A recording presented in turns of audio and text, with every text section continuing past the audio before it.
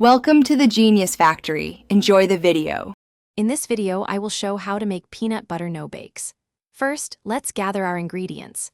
You'll need 1 3/4 cups of granulated sugar, 1/2 cup of milk, and 1/2 cup of unsalted butter. Also, have ready 1/2 cup of creamy peanut butter and 3 cups of quick-cooking oats. Having everything measured out beforehand makes the process much smoother and more enjoyable. Let's get started with the cooking. Now, let's create the sweet base for our no-bakes. In a medium saucepan, combine the 1 3/4 cups of sugar, 1/2 cup of milk, and 1/2 cup of butter. Place the pan over medium heat and bring the mixture to a full, rolling boil.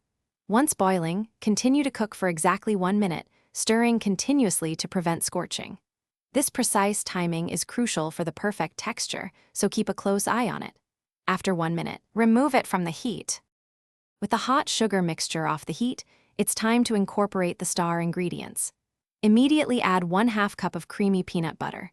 Stir vigorously until the peanut butter is completely melted and smoothly combined with the hot mixture.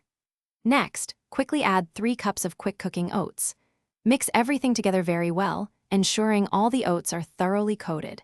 You'll want to work swiftly here, as the mixture will start to thicken as it cools. This step brings all the delicious flavors together. Finally, let's shape and set our delicious no-bakes.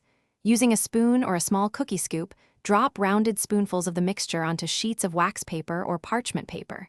You can form them into small mounds or flatten them slightly. Allow them to cool at room temperature for about 15 to 20 minutes.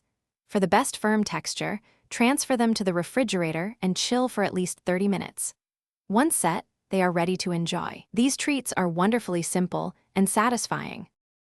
Thanks for watching. If you found this helpful, don't forget to like and subscribe.